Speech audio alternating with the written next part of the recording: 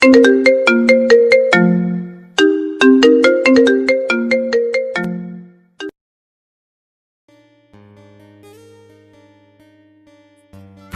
নতুন নতুন ভালোবাসার গল্প পেতে আমাদের চ্যানেলটি সাবস্ক্রাইব করে বেল বাটনে ক্লিক করুন। ওই, আপনি এত ভীতু কেন? কেন? আমি আবার কি করলাম? জানেন না আপনি?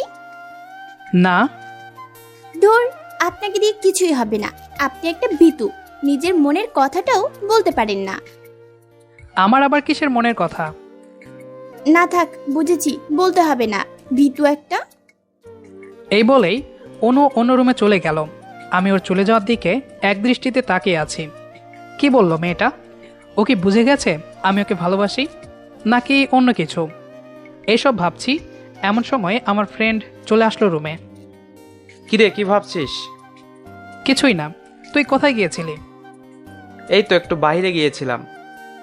ওহ আচ্ছা, আমি চলি। ওই, কই যাচ্ছিস? এমনি, ভালো লাগছে না, চললাম। এই বলেই আমি চলে আসলাম। রাস্তায় এসে হাঁটছি। আমার ফ্রেন্ডের বাড়ি আমার বাড়ির কাছেই। আচ্ছা, যেতে যেতে পরিচিত হয়ে নেই। যার সাথে কথা বলছিলাম সে আমার বেস্ট ফ্রেন্ড রাজীব। আর প্রথমে যে আমাকে প্রশ্নগুলো করলো সে হলো আমার ফ্রেন্ডের ছোট বোন অনু। ও হ্যাঁ, আমার নাম তো বলাই হলো না। আমার নাম তানভীর। পড়ালেখা এখনো শেষ হয়নি, কিন্তু আমি অনেক আগে থেকেই বাবার কোম্পানি সামলিয়ে আসছি। এখন বাবা আছেন, তাই অতটা সময় দিতে হয় না আমার। কিন্তু বাবা বলেছেন পড়ালেখা শেষ হলেই আমার নামে কোম্পানি করে দেবেন। আচ্ছা, পরিচয় দিতে দিতে বাসায় চলে এসেছি, কিন্তু কেন জানি আমার ভালো লাগছে না। ওনার কথাগুলো কেন জানি মাথা থেকে যাচ্ছেই না। মেয়েটা কি বোঝাতে চাইলো সেটাই বুঝলাম না। অনু একটু চঞ্চল স্বভাবের মেয়ে, মানে সবসময় মজা করবে, আনন্দ করবে। আর আমি একটু শান্ত স্বভাবের ছেলে। কিন্তু অনুকে ভালোবাসি প্রায় 6 বছর হলো, কিন্তু এখনও বলিনি। অন্য কারো বোন হলে এতদিনে হয়তো বলেই দিতাম, কিন্তু ওর ব্যাপারটা আলাদা। ও আমার বেস্ট ফ্রেন্ডের বোন। রাজীবের সাথে আমার সম্পর্ক প্রায় 19 বছরের। সেই ছোট থেকেই ও আমার খুব কাছের একটা বন্ধু, তাই ওর বাড়িতে আমার প্রতিদিন যাওয়া হতো। ওর বোনের সাথেও মজা ও শয়তানি করতাম, কিন্তু কখনো অনুকে নিয়ে সেভাবে ভাবিনি। কিন্তু একটা সময় থেকে ওকে আমার অনেক ভালো লাগতো এবং এক পর্যায়ে ওকে ভালোবেসে ফেলি, কিন্তু কখনো বলিনি। আমি ভেবে রেখেছি কখনো বলবো না, কারণ আমি চাই না আমার আর রাজীবের ফ্রেন্ডশিপটা নষ্ট হোক। কিন্তু প্রায় প্রতিদিন যখন আমি অনুকে দেখি, তখন কেন জানি আমি ওর দিকে তাকিয়ে হারিয়ে যাই। ওর কথা ভাবলে আমার অনেক ভালো লাগে। ওকে সবসময় দেখলে অনেক ভালো লাগে আমার। অনেকবার অনু দেখেছে আমি ওর দিকে তাকিয়ে আছি। ও বুঝতে পারলে আমি চোখ সরিয়ে নিতাম, কিন্তু একটা সময় দেখি অনুও আমার দিকে তাকিয়ে থাকে। অনু চোখে চোখ পড়লে মুচকি হেসে দেয়। এর কারণ আমি বুঝতে পারি না, কিন্তু আজকে ওর কথাগুলো আমাকে পুরো বিভ্রান্তিকর পরিস্থিতিতে ফেলে দিয়েছিল। আমি যখন ওদের বাসায় যাই তখন অনু বাসায় ছিল, কিন্তু রাজীব একটু বাইরে গিয়েছিল। আর তারপর অনু হঠাৎ এসেই প্রশ্নগুলো করে, কিন্তু আমার কাছে সেই প্রশ্নগুলোর কোনো উত্তর জানা ছিল না। এখন ভাবছি ও কি বুঝে গেছে যে আমি ওকে ভালোবাসি, এবং অনুও কি আমাকে ভালোবাসে? যদি বাসে তাহলে আমি কি করব? নিজেকে বারবার বলছি হয়তো অন্য কিছু নিয়ে অনু বলেছে। আবার মনে হচ্ছে সত্যি যদি অনু আমাকে ভালোবেসে থাকে আর রাজীবকে যদি বলে দেয়, তাহলে তো বন্ধুত্বটা নষ্ট হয়ে যেতে পারে। আমি দোয়া করলাম যেন এমন কিছু না হয়। আমি বসে বসে এগুলো ভাবছিলাম, হঠাৎ চোখ লেগে গেল। ঘুম ভাঙলো ঠিক রাত 11টায়, তাও আবার ফোনের রিংটনের শব্দ শুনে। ফোনের স্ক্রিনের দিকে তাকিয়ে দেখি একটা অচেনা নাম্বার। হ্যালো, কে বলছেন? জি, আমি বলছি। আমি সাথে সাথে লাফ দিয়ে উঠলাম, কারণ কণ্ঠটা অনুর। অনু? বাহ, কণ্ঠ চিনেন তাহলে? না চেনার কি হলো? আচ্ছা যাই হোক, হঠাৎ কল দিয়েছো কেন? কেন দিতে পারি না বুঝি? তা পারো, কিন্তু কোনো কিন্তু না, এখন থেকে প্রতিদিন কল দেব। কিন্তু কেন? এত কথা বলেন কেন? বলেছি না কল দিব মানে দিব। আর ভাইয়াকে এই ব্যাপারে কিছু বলবেন না। আমি মনে মনে ভাবছি এটা কেমন কথা হলো যেখানে আমি কি করছি না করছি সব ওর ভাই জানে, আর ওর বোনের সাথে কথা বলবো তাও আবার ওর ভাইকে না বলে? তোমার ভাইকে কেন বলবো না? একবার না করেছি না, আর বললে আমি ভাইয়াকে বলবো আপনি আমার দিকে সব সময় খারাপ নজরে তাকান। আমি তো পুরাই শেষ। কি বলছে মেয়েটা? যদিও আমি অমন নজরে তাকাই না, কিন্তু ও যদি ওর ভাইকে এসব কথা বলে তাহলে কি হবে? আচ্ছা ঠিক আছে, কিন্তু কি কথা বলবে? যা ইচ্ছা তাই বলবো, তাতে আপনার কোনো সমস্যা? না। এরপর আরও কিছু কথা বলে অনু ফোন রেখে দেয়। আমি মনে মনে ভাবছি, এইটা কি হলো? অনু হঠাৎ এমন করছে কেন? মেয়েটার মাথায় কি ঘুরছে একমাত্র আল্লাহই ভালো জানেন। একটু পরে দেখি রাজীব কল দিয়েছে। হ্যালো। কিরে তানভীর, তুই চলে গেলি, তারপর ফোন দিলি না? আর এতক্ষণ কার সাথে কথা বলছিলি? আমি তো পুরাই শেষ। এখন কি বলি? এই প্রথম ওকে মিথ্যা বললাম যে আমি আব্বুর সাথে কথা বলছিলাম। সে এখন বিদেশে। তারপর কিছুক্ষণ কথা বলে আমি ফোন রেখে দিলাম। নিজেকে অনেক একা একা লাগছে। আগে মনে কিছু থাকলে বা কথা থাকলে রাজীবকে বলতাম, কিন্তু এখন কাকে বলবো? ওকে মিথ্যা বলে একটু ভালো লাগছে না আমার। কিন্তু যদি না বলতাম তাহলে হয়তো অনু আমাদের ফ্রেন্ডশিপটা যদি নষ্ট করে দেয়, এই ভয়ে। এসব ভাবতে ভাবতে আমি আবার ঘুমিয়ে পড়লাম। তার পরের দিন সকালে রাজীব আমাকে ফোন দিয়ে ওর বাসায় নিয়ে যায়। গিয়ে দেখি অনেক ফ্রেন্ডরাই এসেছে। সবাইকে দেখে ভালোই লাগলো আমার। অনেকক্ষণ কথা বলে হঠাৎ আমি বাথরুমে যাওয়ার জন্য বাইরে আসলাম। যেই বাথরুম থেকে বের হয়ে চলে আসবো তখনই অনু আমাকে টান দিয়ে ওর রুমে নিয়ে যায়। আমি তো পুরাই শেষ। আমার কেমন জানি ভয় করছে, আর এই মেয়েটা যেন একটু ভয় পাচ্ছেই না। এই অনু, এটা কি হলো? যা হয়েছে তাই হয়েছে। তোমার ভাইয়া যদি জেনে যায় তখন কি হবে? জানলে জানবে, আমি কি ভয় পাই নাকি? তুমি না পেলেও আমি পাই। যদিও দেখে এবং না, দেখবে না। আমি ভেবেছিলাম আপনি বোকা, এখন তো দেখছি আপনি সব থেকে বড় ভীতু। হ্যাঁ হয়েছে, এখন আমি যাই। আরে শোনেন, কি? কালকে নিশ্চয়ই আমার কথা ভেবেছেন। এখন এই কথা কেন? আর আমি আপনাকে নিয়ে ভাববো কেন? আমার ভাবার অনেক কিছু আছে। দেখলাম অনু আমার দিকে রাগী ভাব নিয়ে চেয়ে আছে। কি হলো? এভাবে তাকানোর কি আছে? না, কিছু না। আচ্ছা, কালকে আপনাকে যা জিজ্ঞাসা করেছিলাম তার উত্তর কি পেয়েছেন? কি প্রশ্ন? এই যে আপনি কি বলতে ভয় পাচ্ছেন। আমি কিছু বলতেও ভয় পাই না। আমি চললাম, তুমি তাহলে থাকো। এই, কই যান? কি সমস্যা তোমার? বললাম না যাব। আমি ইচ্ছে করেই রিয়াক্টটা করলাম, কারণ বেশিক্ষণ থাকলে সমস্যা হতে পারে। আমি খেয়াল করলাম অনু মাথা নিচু করে দাঁড়িয়ে আছে। আমি আর কিছু না বলে সেখান থেকে চলে আসলাম। এরপর সবার সাথে আবার যোগ দিলাম। রুমে যেতেই, কিরে, ভিতরে কি বউ পেয়ে গিয়েছিলি নাকি? এত সময় লাগলো কেন? রাজীবের এরকম কথা শুনে সবাই হাসতে লাগলো। আমি মাথার ঘাম মুছতে মুছতে বসে পড়লাম, কিছুই বললাম না। তারপর অনেকক্ষণ ধরে সবগুলো মিলে শয়তানি করছি। একটু পর অনু খাবার দিতে আসলো। সবাই ওকে জিজ্ঞাসা করছে কেমন আছে। খাবারের প্লেট রাখার সময় অনু আমার দিকে তাকিয়ে মুখ ভেঙালো। আমি ওর দিকে তাকিয়ে আছি। এইটা কেন করলো বুঝলাম না।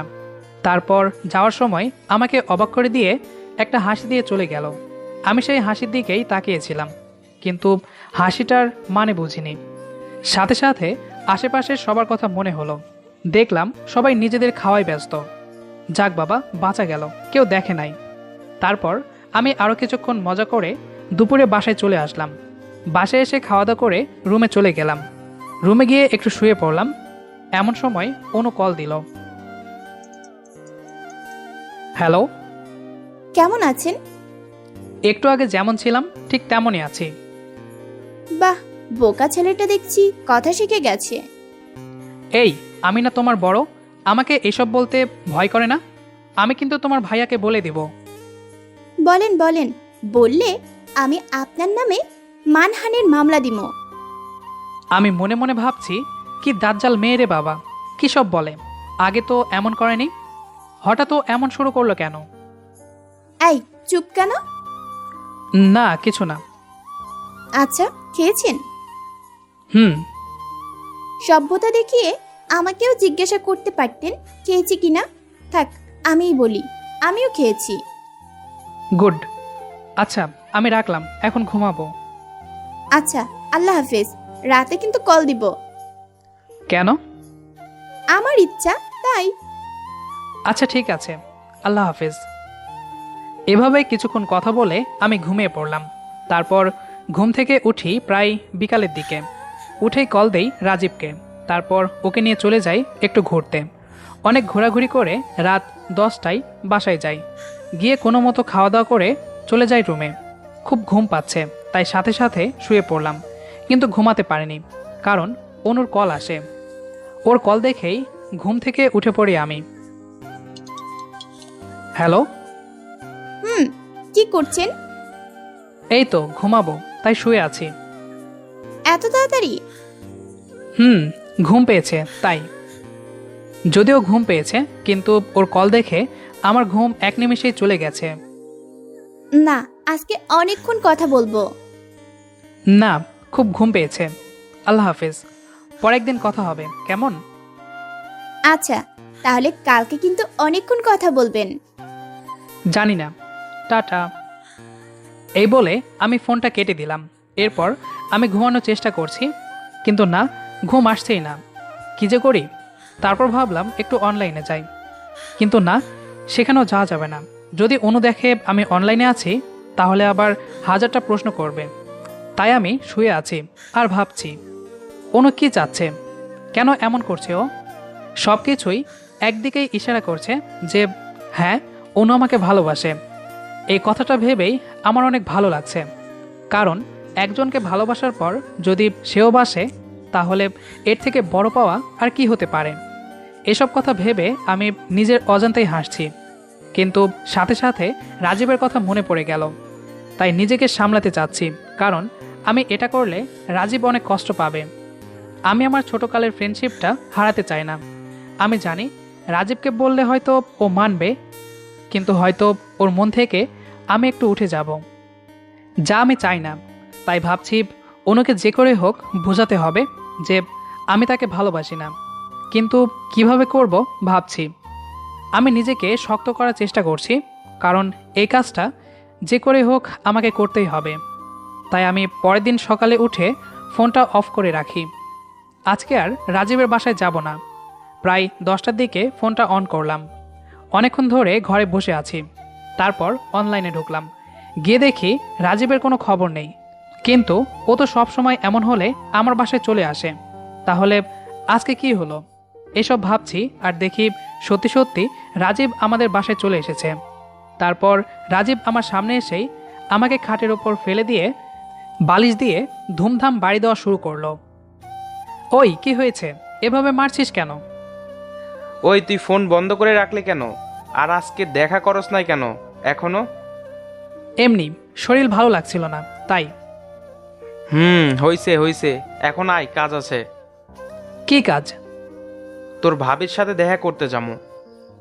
ও আচ্ছা। যা তাড়াতাড়ি রেডি হয়ে নে। 5 মিনিট দে, আমি 10 মিনিটের ভেতরে আসতেছি। আচ্ছা যা। অতঃপর আমি রেডি হয়ে চলে যাই রাজীবের সাথে। এরপর যখন বেরিয়ে পড়ি, তখন দেখি অনু ফোন দিচ্ছে। আমি সাথে সাথে ফোন কেটে দিলাম। আবার ফোন দেয়, আমি আবার কেটে দেই। এভাবে প্রায় 10 বার অনু ফোন দেয়, আর আমি কেটে দেই। এরপর মেসেজ দেয়। মেসেজে লেখা কেন ধরি না, কি হয়েছে, এসব আর কি। তারপর আর কোনো উপায় না পেয়ে আমি ফোনটা সাইলেন্ট করে রেখে দেই।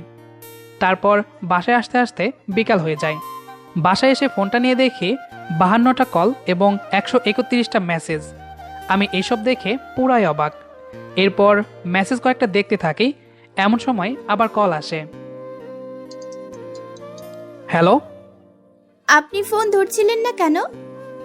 এমনি, কাজ ছিল তাই। একটু বলে দিতে পারতেন না? ওর গলা শুনে আমি বুঝতে পারলাম যে ও অনেক কান্না করছে, কিন্তু আমি জিজ্ঞাসা করিনি। আর কিছু বলবে? না, ভালো থাকবেন। আচ্ছা। এই বলেই আমি ফোনটা কেটে দিলাম। এরপর প্রায় 3 দিন রাজীবের বাসায় যাই না। রাজীব অনেকবার জিজ্ঞাসা করেছিল কি হয়েছে। আমি বলি এমনি, কাজ আছে তাই আসতে পারিনি। 3 দিন পর রাতে শুয়ে আছি, ঠিক এমন সময় অনু কল দিল। ফোনটা ধরতেই, আপনি আমাদের বাসায় আসেন না কেন? এমনি। আমার জন্য, তাই না? না, আমার ইচ্ছে হচ্ছে না, তাই যাই না আর কি। প্লিজ এমন করবেন না। আচ্ছা, আপনি কি সত্যি বুঝেন না আমি কেন এমন করি? না, বুঝি না, বোঝার চেষ্টাও করি না। তারপর অনু কাঁদতে কাঁদতে বলছে, আপনি মিথ্যা বলছেন, আমি জানি আপনিও আমায়। এই বলেই অনু চুপ হয়ে গেল। এতটুকু কথায় আমার বুকটা কেমন জানি চাপ দিয়ে ওঠে। এরপর অনু কিছুক্ষণ চুপ করেছিল, তারপর ও ফোন রেখে দিল। এরপর কতক্ষণ আমি জেগেছিলাম মনে নেই। সকালে ঘুম থেকে উঠি রাজীবের কলের জন্য। রাজীব কল দিয়ে বলে ওর আম্মু মানে আন্টি আমাকে ডেকেছেন। অতঃপর আমি খাওয়া দাওয়া শেষ করে রাজীবের বাসায় চলে যাই। তারপর রাজীবের আম্মু আমাকে দেখে জিজ্ঞাসা করলেন, তানভীর, তোমার কি হয়েছে? অনেক দিন হলো আমাদের বাসায় আসো না। এমনি আন্টি, কাজ ছিল তাই আসতে পারি না। শোনো বাবা, তুমি তো আমাদের পরিবারের একজনের মতো, তাই স্বাভাবিকভাবেই বলি। আমার বড় মেয়েটার বয়স হয়েছে, তাই ভাবছি ওকে বিয়ে দিয়ে দিব। তুমি একটা ভালো পাত্র খুঁজে দিও। অনুর বিয়ের কথা শুনে আমি পুরাই অবাক হয়ে গেলাম, কিন্তু এর থেকেও বেশি অবাক হলাম যখন আন্টি আমাকে জানালেন যে তার নাকি আমার মতো একটা ছেলেই চাই, যে কিনা ভদ্র এবং ভালো পরিবারের হবে। আমি মনে মনে ভাবছিলাম আমি তো আছি, আমাকে বললেই তো পারে। পরে আমি আবার নিজেকে সামলে নিলাম। রাজীবের কথা ভাবছিলাম, শালা সারাদিন আমার সাথে ঘুরিস, জানিস আমি অনেক ভালো একটা ছেলে, অনেকবার এই কথাটা বলিসও। এখন নিজের বোনের বিয়ে দিবি, একবার জিজ্ঞেস করলেও তো পারতি। আমি মনে মনে এসব কথা ভাবছিলাম, এমন সময় রাজীব এসে বলল, আরে মা, ও তো সব কিছুই করবে, ওর ওপর তো সব দায়িত্ব। এই প্রথম আমি রাজীবের দিকে তাকিয়ে ভাবছি, আজকে আমার বেস্ট ফ্রেন্ড না হলেই মনে হয় ওর ভালো হতো, তাহলে আজকে বিয়ের প্রস্তাবটা দিতে পারতাম খুব সহজেই। এরপর তাদের সাথে আরও কিছুক্ষণ কথা বলে বাড়িতে চলে আসি। বাড়িতে এসে কিছুই ভালো লাগছে না আমার, কী যে করি। তারপর দেখলাম অনু কল করেছে। আমি প্রথমবার রিসিভ করিনি, দ্বিতীয়বার রিসিভ করতেই, আপনি এত শক্ত কিভাবে হতে পারেন? কেন, কি করলাম আবার? আমার বিয়ের কথা বলতে এসেছিলেন, তাই তো? তুমি কি করে জানলে? আমি সব আড়ালে থেকে শুনেছি। বলেছি তো। আপনি কি রাজি আমাকে অন্যের হাতে তুলে দিতে? ভালো ছেলে পেলে দিব না কেন? আর আমি না চাওয়ার কে? কে মানে? আপনি বুঝেন না আমি কেন আপনার সাথে এমন করি প্রতিদিন? না বোঝাই ভালো। ভালো থাকবেন। এই বলেই মুখের ওপর ফোনটা কেটে দিল অনু। আমি ফোনটা রেখে ভাবছি, একবার সাহস করে রাজীবের কাছে বলে দেখব, কিন্তু সেই ভয়টা যেটা সবসময় আমাকে বলতে দূরে রেখেছে। যদি বন্ধুত্বে একটু দূরত্ব সৃষ্টি হয়, আমি কখনোই আমার এতদিনের বন্ধুত্ব নষ্ট করতে পারি না, এটা ভুল হবে। এরপর আমি নিজেকে অনেক বুঝাই যে না, আমি এই বিষয় নিয়ে কখনো কথা বলবো না। তারপর আমি এসব ভাবতে ভাবতে চুপচাপ শুয়ে পড়লাম। কেন জানি আমার অনেক কান্না পাচ্ছে। অতঃপর চোখের কোণা দিয়ে নিচ থেকেই পানি গড়িয়ে পড়ছে। যতই মুছি আরও যেন বেড়ে যাচ্ছে চোখের জল। তারপর আমি অনেকক্ষণ কান্নাকাটি করার পর শুয়ে পড়লাম। এরপর রাতে রাজীবের সাথে একটা রেস্টুরেন্টে যাই। আমি খেয়াল করলাম রাজীব অনেকক্ষণ ধরে আমার দিকে তাকিয়ে আছে। তারপর আমি বললাম, কিরে, তোর কি হয়েছে? আমার দিকে এভাবে তাকিয়ে আছিস কেন? একটা সত্য কথা বলবি? আমার কেন জানি না অনেক ভয় করছে। আজকে হঠাৎ কথা বলার জন্য পারমিশন নিচ্ছিস? জিজ্ঞাসা করবি কর। তুই আমার কাছে কিছু লুকাচ্ছিস না তো? আমি অনেক দিন ধরে লক্ষ্য করছি তুই অন্যরকম হয়ে গেছিস। আমার বাড়িতে আসিস না, কেমন যেন মন খারাপ করে থাকিস। কি হয়েছে আমাকে বল। আরে না, ধুর, আমার কিছুই হয় নাই। মিথ্যে কাকে বলছিস, আমাকে নাকি নিজেকে? তোকে আমি সেই ছোট থেকে চিনি, তোর কথার মানে আমি জানি। প্লিজ বল, কি হয়েছে তোর? আরে না রে বাপ, কিছু হয়নি আমার। রাজীবকে খুব ইচ্ছে হচ্ছে বলতে, কিন্তু না, পারছি না। এরপর দুজন বাসায় চলে আসি। রাতে শুয়ে আছি, এমন সময় অনু আবার কল দিল। আমি ফোনটা রিসিভ করতেই অপর প্রান্ত থেকে অনুপ বলে উঠল, কেমন আছেন? ভালো। তুমি? যেমন রেখেছেন। হুম। কালকে একটু বাসায় আসবেন? কেন? না মানে কালকে সবাই ঘুরতে যাবে। ভাইয়া হয়তো কালকে আপনাকে নেওয়ার সময় বলবে, কিন্তু আমি চাই আপনি আসেন। না, ইচ্ছে নেই। প্লিজ। কেন জানি আমার খুব কষ্ট হচ্ছে ওর কথাগুলো শুনে, তাই আর না করিনি। অতঃপর পরের দিন সকালে রাজীব আমার বাসায় এসে হাজির। ওই বেটা, আর কত ঘুমাবি? কেন, কি হয়েছে? আয়, আজ আমরা সকলে মিলে ঘুরতে যাব। এখনই? এখনই। না মানে এত সকালে? ওই 9:30 বাজে। আরে সময় দেখি নাই তো। তারপর আমি রেডি হয়ে সকলের সাথে মিলে চিড়িয়াখানায় ঘুরতে গেলাম। সেখানে গিয়ে অনেক ঘোরাঘুরি করলাম এবং সব ধরনের প্রাণী দেখলাম। কিছুক্ষণ পরে অনু বলল সে নাকি আইসক্রিম খাবে, কিন্তু রাজীবের সব থেকে ছোট বোন মানে আরিশা বলছে সে নাকি অন্যদিকে যাবে। এবার শুরু হলো আসল সমস্যার কারণ। ছোটটাকে কোনোভাবেই বোঝানোই যাচ্ছে না। অবশেষে অনু বলল, আমি ওনার সাথে চলে যাই। ভাইয়া, তুই আম্মুকে আর আরিশাকে নিয়ে ওই দিকে যা। Good idea. তানভীর, তুই অনুকে নিয়ে যা, আর আমি আরিশা আর আম্মুকে নিয়ে যাচ্ছি। আমি আর কিছুই বলতে পারলাম না, কারণ কেনই বা না করব আমি। তাই চুপচাপ চলে গেলাম অনুর সাথে। অতঃপর আমরা চুপচাপ হাঁটছি। দোকানটা একটু দূরেই, তাই খুব ভয় হচ্ছে আমার। কেন জানি আমার মুখ দিয়ে কোনো কথা বের হচ্ছে না। একটু পর দোকানে গিয়ে আমি অনুকে একটা আইসক্রিম কিনে দিলাম এবং আমি একটা পানির বোতল হাতে নিয়ে নিলাম। কিছু বলছেন না যে? এমনি। আসেন না, ওইদিকে গিয়ে বসি। না, তোমার ভাইয়ার কাছে যেতে হবে, নইলে চিন্তা করবে। না করবেন না, কারণ সে জানে যে আপনি আমার সাথে আছেন।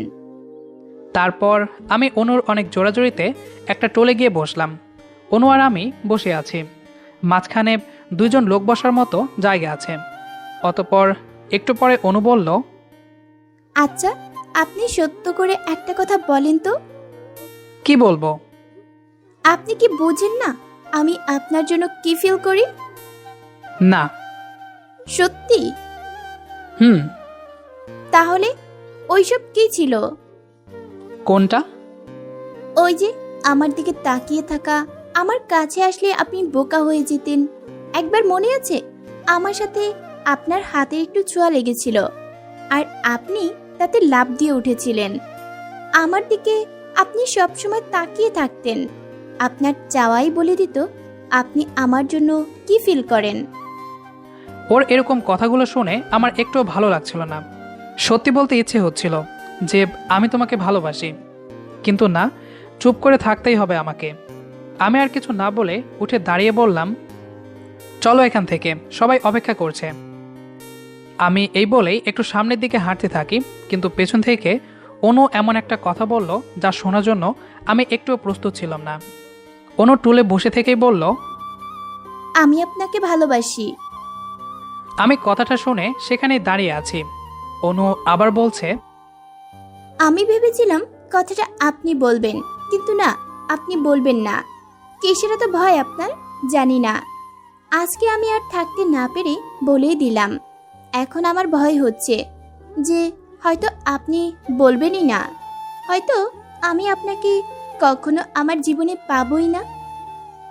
এই বলেই অনু কান্না শুরু করে দিল।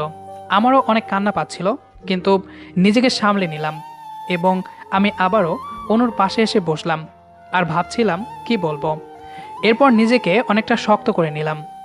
তারপর আমি অনেক কিছু ভেবে বলা শুরু করলাম, দেখো অনু, আমি তোমাকে ভালোবাসি না, হয়তো তোমার কোথাও ভুল হচ্ছে। ঠিক আছে, আমি মেনে নিলাম আপনি আমাকে ভালোবাসেন না, কিন্তু আমি তো বাসি। অনু, হয়তো আমাকে ভালো লাগে তোমার, কিন্তু সেটা ভালোবাসা না। আমাকে আর বোঝাতে হবে না, আমি জানি কোনটা ভুল আর কোনটা সঠিক। কিন্তু আমাকে কিছু বলা লাগবে না, আমি জানি আপনি আমাকে ভালোবাসেন, কিন্তু কিভাবে বলছেন না। তা আমার জানা নেই, কিন্তু একটা জিনিস দেখেন, যেদিন আমি হারিয়ে যাব ওই দিন আমাকে ডাকলেও আর ফিরে আসবো না। অনু এই কথাগুলো বলেই চলে গেল, আমাকে আর কিছুই বলতে দিল না। আমিও অনুর পিছু পিছু হাঁটছি, কি বলবো কিছুই মাথায় আসছে না, কারণ অনুর প্রতিটা কথা সঠিক। আমার খুব ইচ্ছে হচ্ছে অনুকে বলি আমিও তোমাকে ভালোবাসি, কিন্তু না, বলতে পারছি না। এরপর সবার সাথে ঘুরে বাসায় চলে আসি।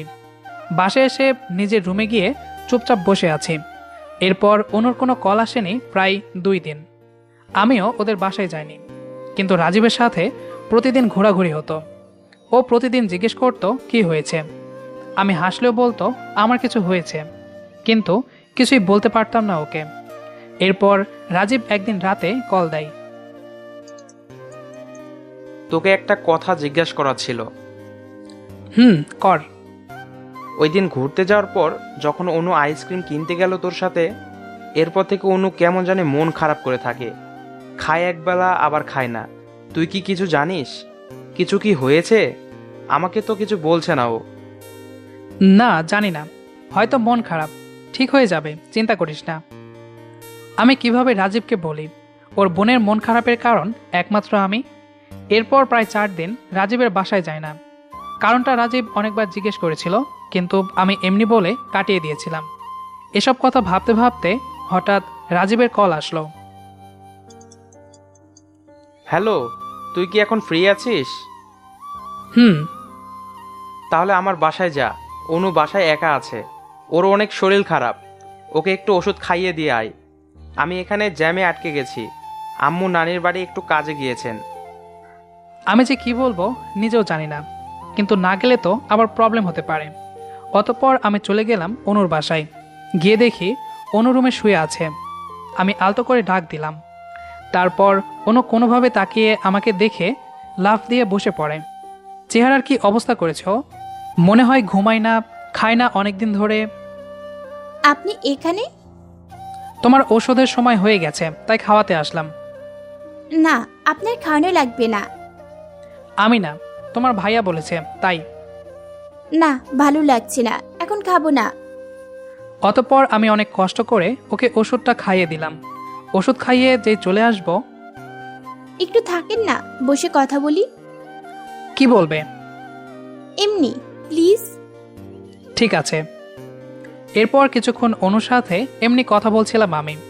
তারপর অনু হঠাৎ বলে ওঠে, আমি যদি এখন মারা যাই তাহলে আপনি অনেক খুশি হবেন, তাই না? কথাটা শোনার পর বুকটা চিরে যাওয়ার মতো যন্ত্রণা হচ্ছে আমার। দেখো, তুমি ঘুমাও, ভালো লাগবে, আর এসব ভেবো না। অতঃপর আমি ওকে বললাম ঘুমিয়ে পড়তে। তারপর আমি দরজার বাইরে দাঁড়িয়ে আছি।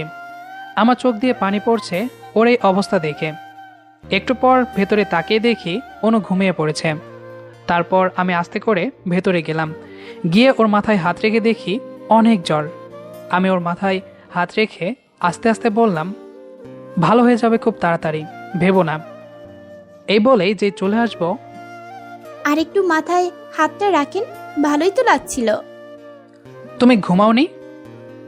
না, আপনি দরজার ওপারে ছিলেন, আমি সেটা অনুভব করতে পারছিলাম।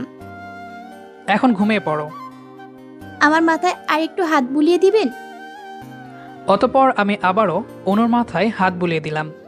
এভাবে বেশ কিছুদিন চলতে থাকে। হঠাৎ রাজীব একদিন আমাকে বলল, দোস্ত, অনুর বিয়ে ঠিক হয়ে গেছে। অনেক ভালো ছেলে। ওর বাবা মা আজকে এসে সব ঠিক করে গেলেন। রাজীবের কথা শুনে কেন জানি আমার পায়ের নিচে মাটি যেন সরে গেল।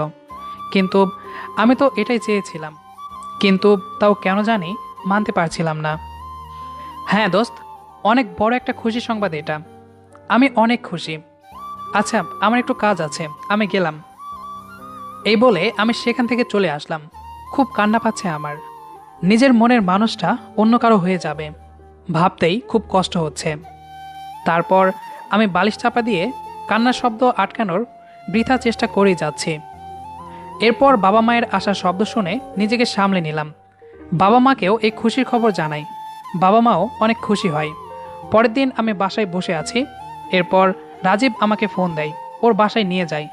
আন্টি আমাকে বলছিল গতকাল আসলে নাকি অনেক ভালো হতো, আর আমাকে নাকি বিয়ের সব দায়ভার নিতে হবে। আমি হ্যাঁ বলে সবার সামনে একটু হাসার চেষ্টা করলাম, কিন্তু একটা বিষয় দেখে অনেক অবাক হলাম। অনু এমনভাবে বিহেভ করছে যেন ও অনেক খুশি, মানে মুখে একটুও কষ্টের ছাপ নেই। এমনটা লাগছে যে এই বিয়ের জন্য ও অনেক খুশি। এভাবে অনুর দিকে তাকিয়ে আছি, এমন সময় অনু আমার দিকে তাকিয়ে একটা মুখ ভেঙচি দিয়ে চলে যায়। আমার খুব ইচ্ছে হচ্ছিল গিয়ে ওকে জিজ্ঞেস করি ও কি সত্যি অনেক খুশি নাকি অন্য কিছু, কিন্তু কোন মুখে জিজ্ঞেস করি। তবে আমার মাথায় একটা জিনিস ঘুরছে, কি করে অনু এত খুশি। জানি এখন এসব ভাবার কথা না, তারপরেও ভাবছি। অনুকে একটু কষ্ট মনে হচ্ছে না। যাক, তাহলে ভালোই হলো, মেয়েটা বুঝে গেছে যে আমি ওকে ভালোবাসি না। এসব ভাবছি, এমন সময় রাজীব ডাক দিল। কি রে, তোর কি হলো? না, কিছু না। এরপর দেখতে দেখতে প্রায় 3 দিন চলে গেল। আগামীকাল অনুকে আংটি পরাতে আসবে পাত্রপক্ষ। একটা মজার বিষয় হলো, আমি একবারও জিজ্ঞেস করিনি ছেলেটার নাম কি, কারণ আমি জেনেও বা কী করব। নিজের মনের কথাটাই বলতে পারি না, আর এটা জিজ্ঞেস করে কি হবে আমার। সকাল থেকে অনেক কাজ করছি, আজকে বিকালে আসবে পাত্রপক্ষরা। অতঃপর আমি সকল কাজ করে দিয়ে বাসায় চলে আসি। বাসায় এসে দেখি বাবা মা নেই, কিন্তু তা নিয়ে ভাবিনি, কারণ হয়তো ওনারা কোথাও গিয়েছেন। তারপর আমি ফোনটা বন্ধ করে বসে আছি নিজের রুমে। নিজেকে অনেক ছোট মনে হচ্ছে এখন, কারণ নিজের ভালোবাসার কথাই বলতে পারলাম না। আমার কেন জানি অনেক ইচ্ছে হচ্ছে গিয়ে রাজীবকে বলি, দোস্ত, আমি অনুকে অনেক খুশি রাখবো, আমি অনুকে অনেক ভালোবাসি। এরপর ঘড়িতে সময় দেখে ভাবছিলাম হয়তো ছেলেপক্ষরা এসে গেছে। আমার খুব কষ্ট হচ্ছিল, নিজেকে আর সামলাতে পারছিলাম না। নিজের ভালোবাসার মানুষটাকে পাওয়ার জন্য একটুও চেষ্টা করতে পারিনি। আমি কি এতটাই ভীতু? অনেক কষ্ট হচ্ছে এই ভেবে যে আমি একটা ভীতুর ডিম। একটু সাহস করে দেখালেই পারতাম, ও তো আমার বেস্ট ফ্রেন্ড, আমাকে কি ফিরিয়ে দিত? এরপর আমি চুপচাপ শুয়ে আছি। তারপর নিজেই নিজেকে হাজারটা প্রশ্ন করছি। হঠাৎ লাফ দিয়ে উঠে বসি আর মনে মনে বলতে থাকি, না, আমি অনুকে এভাবে হারাতে পারি না, একটু চেষ্টা করেই দেখি। অতঃপর আমি এক দৌড়ে চলে যাই অনুর বাসায়। গিয়ে দেখি অনুর রুমের জানালা দিয়ে ভেতরে এক পাশের কোণায় রাজীবকে দেখা যাচ্ছে। আমি সাথে সাথে ধাক্কা দিয়ে ওর রুমে চলে যাই। রাজীব লাফ দিয়ে দাঁড়িয়ে যায়। পাশে কারা আছে ওই দিকে না তাকিয়েই আমি রাজীবের হাত ধরে বসি। দোস্ত, তুই না বলতি আমি অনেক ভালো ছেলে, সবসময় আমাকে নিয়ে গর্ব করতি। আজকে যদি তোর কাছে একটা জিনিস চাই তাহলে আমাকে ফিরিয়ে দিস না প্লিজ। তারপর রাজীব আমার দিকে এক দৃষ্টিতে তাকিয়ে আছে, কিছুই বলছে না ও। দোস্ত, আমি অনুকে যে আমি ভালোবাসি বলতে যাব, সাথে সাথে রাজীব আমার মাথাটা একটু ঘুরিয়ে দিল যেদিকে সবাই বসে আছে। আমি সেদিকে চেয়ে পুরাই থ হয়ে গেলাম। দেখলাম আমার বাবা মা বসে আছে। আমি আম্মুর হাতে একটি আংটির বক্স দেখতে পেলাম। দেখি সবাই হাসছে, আমার আব্বু আম্মু ও অনুর আম্মু এবং অনুও হাসছে। কি হচ্ছে এসব? আমার মাথায় কিছুই ঢুকছে না। তোমরা এখানে? তাহলে কাদের এখানে থাকার কথা শুনি? তোর বউকে অন্য কেউ আংটি পরাবে? আমার বউ? হ্যাঁ। আমি রাজীবের দিকে তাকালাম। যেই কিছু জিজ্ঞেস করব অমনি রাজীব টান দিয়ে আমাকে ওর রুমে নিয়ে গেল। ওইখানে গিয়ে দাঁড়িয়ে আছি। তারপর ঠাস করে আমার গালে একটা থাপ্পড় মারল রাজীব। কিরে, মারলি কেন? ওই, তুই অনুকে ভালোবাসিস? আমাকে একটা বার বলতে পারতি না? ভয় ছিল। কিসের ভয়? হ্যাঁ, যে আমি বন্ধুত্ব নষ্ট করে দেব? এতদিনে এই চিনলি আমাকে? সরি। ধুর বেটা, তুই না সব কিছু বলবি আমাকে বলেছিলি, তুই নিজের কথাও রাখলি না। আমি চুপ করে দাঁড়িয়ে আছি। এখন যদি সত্যি সত্যি অনুর বিয়ে হয়ে যেত অন্য কারোর সাথে, তাহলে তুই আর অনু কি অনেক খুশি থাকতি? কিন্তু এসব তুই কি করে জানলি? আমি আগে থেকে একটু একটু বুঝতাম যে তুই অনুকে হয়তো পছন্দ করিস। আমি তো আম্মুকে বলেও ছিলাম যে প্রথমে তোর সাথে অনুর বিয়ের কথা বলবো, কিন্তু আমি জানতাম না অনুও তোকে ভালোবাসে, আর তুই ওকে আমার জন্য দূরে রাখছিস। তাহলে কিভাবে জানলি? ওই যে তোকে যেদিন ওষুধ খাওয়াতে বাসায় পাঠালাম, ওই দিন তুই চলে যাওয়ার পর আমি যখন বাসায় আসি, এসে দেখি অনু কান্না করছে। অনুকে আমি মন খারাপ দেখেছিলাম, কিন্তু ওই দিন কান্না করতে দেখে ওকে জিজ্ঞেস করি কি হয়েছে। অনেকক্ষণ জিজ্ঞেস করার পর অনু আমাকে সব ঘটনা খুলে বলে যে অনু তোকে ভালোবাসে। আমি অনুকে জিজ্ঞেস করি যে তুই ওকে ভালোবাসিস কি না। তারপর অনু আমাকে সব কিছু খুলে বলে। এরপর আমি শিওর হই তুইও অনুকে ভালোবাসিস। কিন্তু আমার বাবা মাকে কিভাবে রাজি করালি, আমাকে বললি না তো? ওই যে মনে আছে তোর, বাসায় আমি গিয়েছিলাম তোকে না বলেই। ওই দিন আমি তোর বাবা মাকে সব ঘটনা খুলে বলি, তারপর তারা রাজি হয়ে যায়। আমি ভেবেছিলাম তোকে সারপ্রাইজ দেব। আমি জানতাম তুই আজকে আসবি না, তাই আন্টি যদি আংটি পরিয়ে যায় তাহলেও হবে। আমি ভেবেছিলাম তোকে বিয়ের দিন সব ঘটনা খুলে বলবো, কিন্তু তুই আজকে এসে সব ঘুরিয়ে দিলি। তুই আসলেই একটা। ও কিছু বলার আগেই আমি ওকে জড়িয়ে ধরলাম, কারণ ও আমাকে আসলেই আমার থেকেই ভালো বোঝে। দোস্ত, তুই আমার জন্য এত কিছু করলি। হইছে হইছে, আর কান্না করিস না। আর আয়, তোর আজকে এঙ্গেজমেন্ট। কান্না মেয়েরা করে, তুই ছেলে হয়ে কান্না করিস না। এরপর আমি রাজীবকে ছেড়ে দিলাম। যে ছাড়লাম, রাজীব আবার আমার গালে ঠাস করে একটা চড় মারল। কিরে, আবার মারলি কেন? হা হা, এক গালে চড় মারলে নাকি বিয়ে হয় না, তাই আরেক গালে মারলাম। এরপর দুজনে মিলে চলে আসি সবার কাছে। এসে সুন্দরভাবে আংটি পরিয়ে দিলাম অনুকে। তারপর আমি খুশি খুশি ভাব নিয়ে বাসায় চলে আসলাম। রাতে এই প্রথম আমি অনুকে নিচ থেকে কল দিলাম। কল দিতেই অনু সাথে সাথে রিসিভ করলো। জি বলুন। এখন চাইলেই তুমি করে বলতে পারো। না, পারবো না। আচ্ছা, বিয়ের পর শিখিয়ে দেব। ইস, কত কথা শিখে গেছে। এই কয়েকদিন কত ভীতু ছিলেন আপনি। বুঝতে অনেক লেট হয়ে গেল। থাক থাক, আর বলতে হবে না। অতঃপর অনেকক্ষণ আমি অনুর সাথে কথা বলে ঘুমিয়ে পড়লাম। প্রায় 10 দিন পর আমাদের আজকে বিয়ে। অনেক সুন্দর করে বিয়ে বাড়িটা সাজানো হয়েছে। বিয়ের সময় রাজীব আমাকে বলল, আমার বোনের একটু কষ্ট হলে তোর কিন্তু খবর আছে। হবে না, আর হলে জানি তুই আমাকে পিটিয়ে সোজা করে ফেলবি। আর তোর বোন এমনিতেই আমাকে অনেক পিটাবে। দেখতে হবে না কার বোন। এরপর খুব ধুমধাম করে আমাদের বিয়েটা হয়ে গেল। বাসরাতের ইতিহাসটা আপনাদের না জানলেও চলবে। আমাদের আজকের গল্পটি আপনার কাছে কেমন লেগেছে সেটি অবশ্যই কমেন্ট করে জানাবেন। দেখা হচ্ছে আবারও নতুন কোনো গল্প নিয়ে। সেই পর্যন্ত আমাদের সাথেই থাকুন। ধন্যবাদ সবাইকে।